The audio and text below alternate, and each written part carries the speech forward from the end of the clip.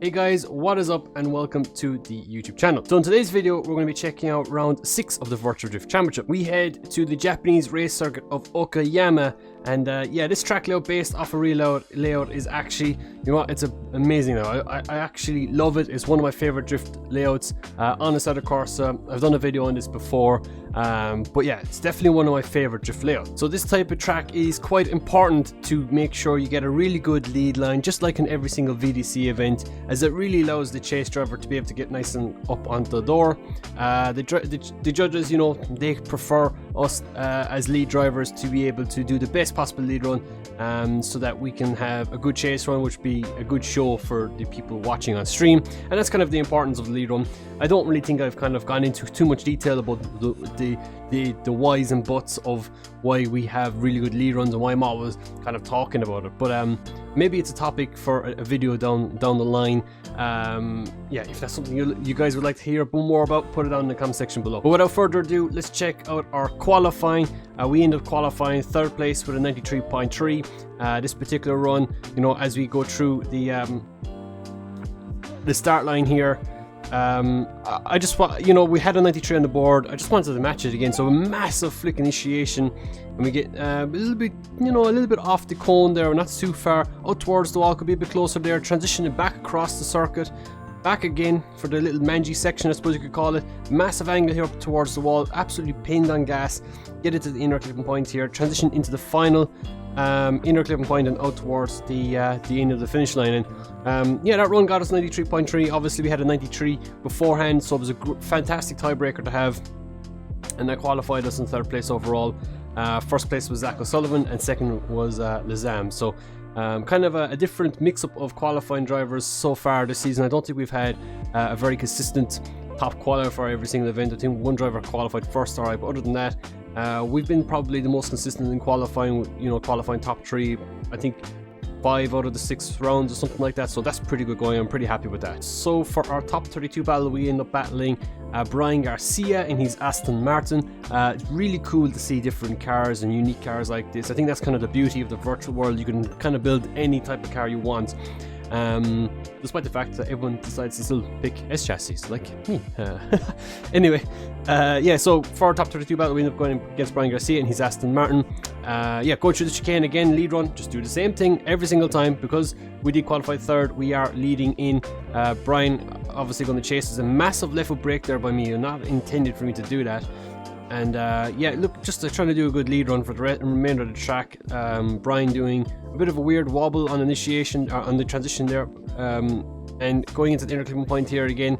You know, we're not really doing anything wrong in lead position, and he's kind of right there with us. Not really the cleanest of chase runs from Brian. So we swapped the positions around. This time Brian to lead it in, I to chase in, and I wasn't really sure how hard I should really push here. So try to match him perfectly, tap him on the door. You can see a bit of understeer there, so that's a big mistake by me. As you go through the mangy section, I suppose you could call it, we're kind of with Brian all the way, but we're not really kind of bringing the fight so much. We're just kind of staying there. Brian has a good finish off to the lead run here, and we kind of try to dive back up onto the door across the finish line. Yeah, we end up getting a win there. I mean, that was a super close battle. I don't really think we dominated it, should I say. I think we kind of got away with it, and yeah, it's one of those runs. I think in the future I just have to kind of maybe play a little bit more aggressive in those type of battles, because, you know, it's very easy to lose your top 32 battle. It's probably the most nerve-wracking part of the event, especially, you know, when you qualify quite high like that. You know, you've got everything to lose, right? You've literally got everything to lose at that point. The person you're battling against doesn't have that much to lose because they're not in the championship fight. You know, it's a complete mental game all it. So for our top 16 battle, we ended up going against Hidden Winter, or Winters as he's known on Twitch. Winters is in his R33 Skyline. Yeah, fantastic driver, super quick, super fast, and in his rookie season here, he's actually probably not doing as well as he would have wanted, but he's doing quite well. This round he was actually looking quite solid. And he's always a force to be reckoned with. You know, you can't sleep on any of these drivers. You know, to be super consistent is tough, but to pull it off once in a while, you know, is possible. But again, it's not something you should really, you know, rely on people's ability to be lower for a specific event. You have to be on the ball. So there we go. That computer stalled there for a second. Anyway, leading in Winters here, we're going to do a nice flick initiation. Winters goes for a side-by-side initiation, which I think actually hinders him more. But he does nicely dive onto the door. We pull a bit of a gap here, and we're going to transition down the straight. Winters is matching us quite well. He goes a bit inside there. Transitions a bit too early. I think what's what happened there. Going through the inner clipping point, he kind of backs off a lot to get the transition correct. So he sacrificed the proximity before that final transition to get the proximity across the line. Different type of technique of transitioning. It's kind of risky. Sometimes it's kind of hard to know what to do. As we switch around here, I chase in better proximity all the way up until the end of the wall here, so we're definitely on a better advantage there than Winters. Winters is doing a pretty decent lead run in front though. We're doing a massive dive onto the door here. That was super sketchy. As we go through the inner clipping point here, we're transitioning back across, super close to him on the transition, but as you can see we kind of drop off a tiny bit and across the line. I think, to be honest, out of all the battles, I think that was my most, for sure, 100% won that battle. The rest of them, you'll see for the rest of the remainder of this event, I was kind of iffy for a lot of them. So yeah, that was probably my most, for sure won that battle out of the whole lot of them. So yeah, we end up getting the win. Great battle with Winters as always. I think this is the first time battling him, but always a force to be reckoned with. You can never sleep on him. So yeah, we'll hopefully get to battle him again in the future and make sure we get the win over him too again. So for our top 8 battle, we end up going against Alexander Sevyuk. Sevyuk is from Ukraine, so yeah, very, I suppose, a different type of driving style. You kind of have to approach, I suppose, the kind of Russia, Ukraine, those type of countries. They have a different type of driving style. It's a different type of aggression. So going into this battle, you kind of have to make sure you do the perfect lead, as I always try to do. And then from that, learn, okay, where do I need to tack on the chase position? So flicking in here, we're going with pretty decent angle. A little bit wide on the inner clipping point, nothing crazy. Alexander sucks up nicely to us by the end of that zone. As we transition down through the straight, Alexander is doing a pretty decent mimic, kind of diving a bit early onto the door or onto the front wheel there. As we go through the final transition, Sevyuk is right on the door, but bumping us across the line. I was very close not to go off on the track. I remember that run, very close actually being pushed off the track there. So we switch positions around. I'm going to flick in and I over angle and actually hit Sevyuk.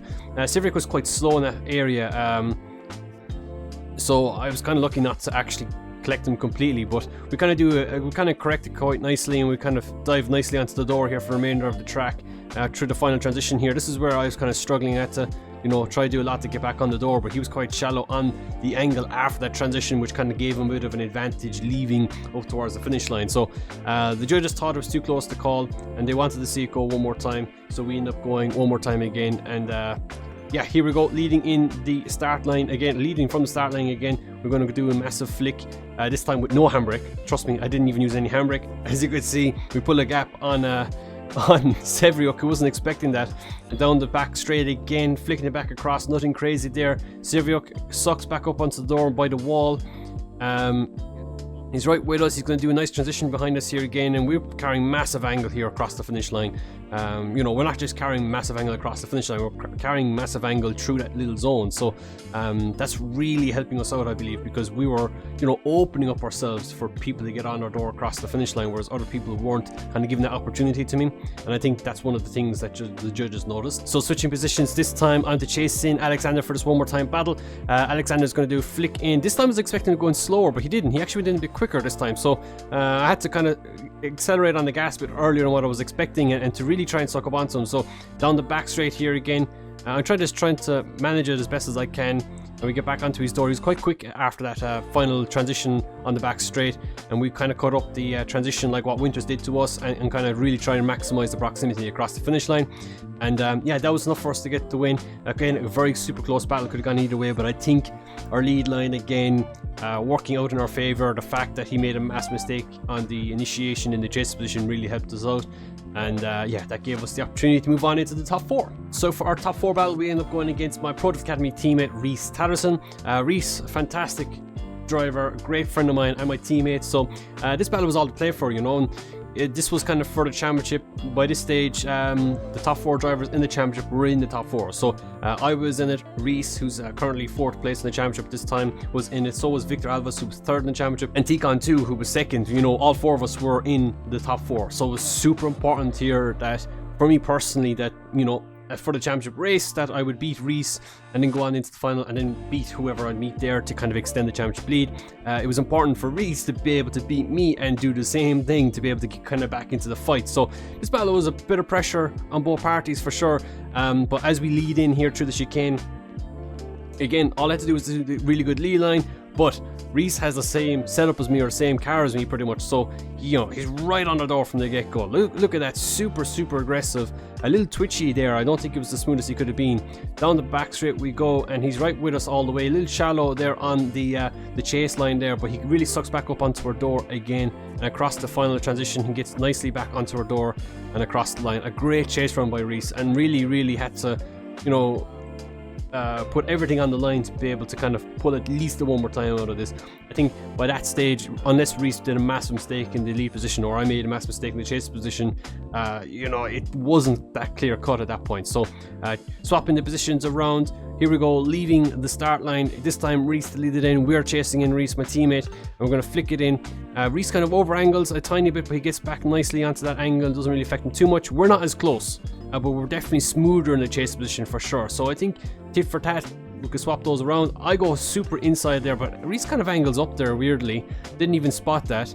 And we transition back across, and yeah, we kind of get back onto the door and across the line. I mean, a very close battle there. I think it could have gone either way. Personally, you could probably argue that Reese probably had more minor mistakes, whereas we had maybe one or two bigger mistakes. Does that make sense? Yeah, super close, and I think, you know, I could have seen if that went to Reese, I would have been fairly content with that, because again, we made quite a few mistakes, and Reese did have that very aggressive chase run. So very tricky to say there, but I think, you know, going one more time I think is fair enough. So again, this time myself to lead in, Reese the chases in. This is it for the one more time battle. We're going to do a big flick in as usual. We dirt drop a tiny bit, but this time Reese a bit smoother in the chase position, but not matching our angle as such. We do a transition down the back straight here. Reese is with us all the way down the straight. We're flicking into the outer zone here. We're full gas. Reese again a bit diving onto the door, kind of went a bit inside. Transitions across onto our bumper and hits us, and I think at that point, you know, I knew we had a big advantage. I seen from the replay that he hit us quite hard, and it did affect us, and it was quite obvious right in front of the camera. The judges would have seen it, so I didn't have to push super hard here, but we did try and do a good chase run regardless, and I think we did a fairly decent chase. Reese doing a really quick lead line here to the first corner, down the back straight again, and trying to get back onto the door here. Not trying to over aggressive. I don't want to hit Reese into the wall or anything like that. Making sure here across the final transition not to hit him, and I think, to be honest, the contact wasn't really enough, I suppose, to get him a 0, but it was definitely enough to kind of put him on the back foot and going into the lead position. Unless you do a 100-point lead run and the chase driver makes a few mistakes, you're kind of out of it, if that makes sense. That's why leading first is so much more of an advantage, because you set the pace. You know, if you go out there and you set your 90+ point lead run, and the chase driver has to pull everything out of the bag on the spot to be able to do the best possible chase run. And you know, when you're in the chase position, you can kind of pace yourself a bit better once you kind of know what's happening. So I definitely think, you know, qualifying higher worked out in our favor in that situation.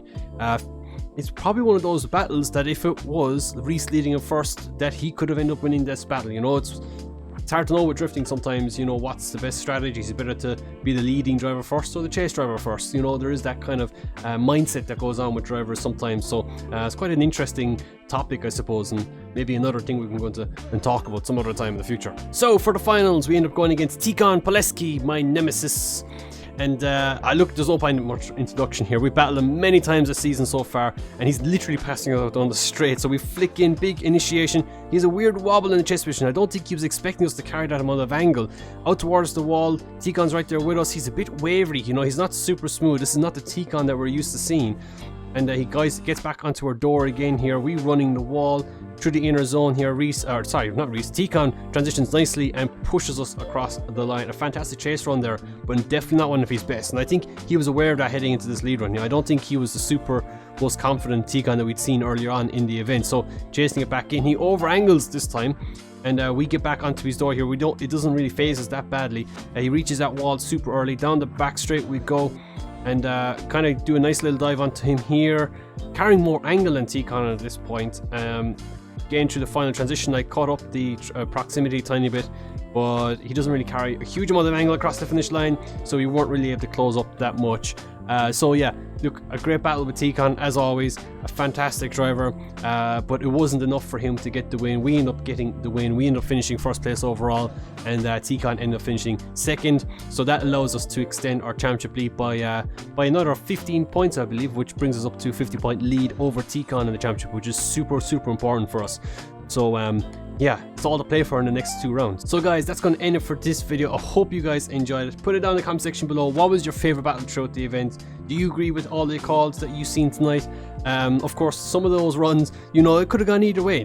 This track, this Okayama circuit, is super tricky for lead position and even super tricky in the chase position. So it's one of those tracks, you know, it's up to the driver to be on point, to make sure to do what they have to do to get that win, and it's quite tough to be able to do that. So yeah, to get the win here was very important for the championship, but it was quite a confidence booster as well heading into the final 2 rounds. So guys, that's going to end it. Hope you guys enjoyed the video, and we'll talk to you guys very soon. Cheers and goodbye.